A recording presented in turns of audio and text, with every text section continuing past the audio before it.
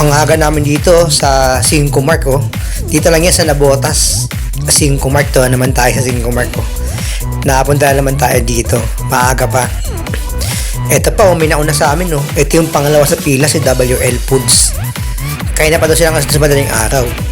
Ito naman yung partner ko, naghihintay dito sa tabing dagat sa parkingan ng 5 Mark habang wala pa yung receiving. Ito na, nagbaba na yung una sa pila. Sila yung una sa pila, sabi nila 9 pa lang daw ng gabi, andyan na sila. Tapos ito na yung pangalaw, si WL, nagbaba na sila. Matagal din yung nagbaba si WL, sa si number 1, si Spring Water.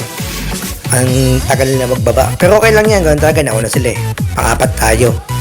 Eto na si Almature, yung pangatlo. Sabi nila, ito pala madaling araw, nandun na sila. Grabe talaga ang sakripisyo ng mga to. Baka mo na sa receiving na 5 Mark. Si paaga na ba dito, pag maaga ka, panalo ka. Pag huli ka, talo ka.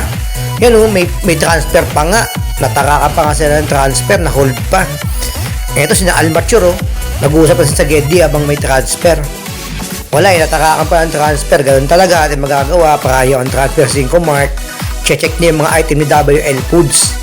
Kasi ano na, baka may akit na nila. Ayan, nakakit ay WL Foods yung mga dala nila, oh. Black day of buhat si Kuya. Grabe, wala akong masabi. Third floor to, lantang hagdanan. Eto si Kuya, nagpapahitang gas din saan si Kuya, oh. Lakas din to, nalobat na si Kuya. Sayang naman, si Almature, oh, bayaba na yung mga titira niyang item. Para ma-check na checker yung mga item, magkakit na rin sila.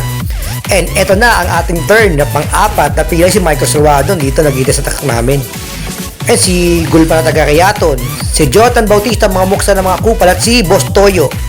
Ano, ito yung pangalawang truck natin, yung Takay Pastor, nandito na. Yun o, nanataga namin yung mga item namin, yung first truck ni Master Tixon, okay na.